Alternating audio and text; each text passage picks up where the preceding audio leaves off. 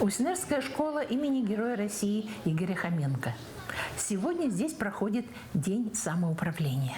Не могу сказать, сколько лет. В нашей школе традиционно 2 раза в год проводится День самоуправления. И я думаю, что сегодня наши дети, когда пробуют себя в роли учителей, они также на будущее для себя проверяют, наверное, примеряют, даже можно сказать это слово, себя в роли именно или учителя, или в роли руководителя. И это может послужить очень большим толчком в будущем для того, чтобы выбрать свою профессию. На все должности в школе назначены ученики. Это не только дублеры учителя, но и директора, завхоза, завуча. Я захотела ее попробовать. Я учусь в 11 классе, последний класс.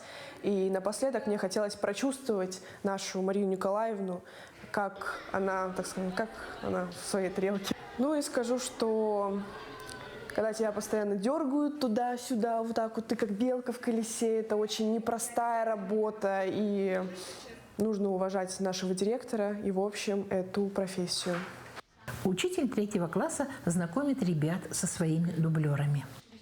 Класс у нас большой, у нас 30 деток, поэтому вместо одной меня ставят сразу 3 дублера. Я надеюсь, что, девочки, сегодня день будет легким, вы справитесь со всем.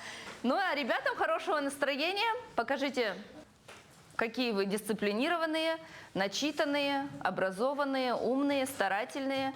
На самом деле в детстве всегда хотелось побывать на месте моей первой учительницы, но также было интересно самой провести, попробовать, каково это быть учителем.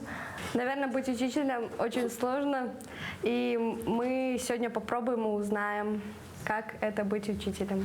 К подготовке Дня самоуправления все отнеслись очень ответственно. Старшеклассники и учителя старались провести свои уроки интересно. Даже самые неугомонные ученики вели себя пристойно и в завершении подарили любимым педагогам концерт поздравления с наступающим Днем Учителя.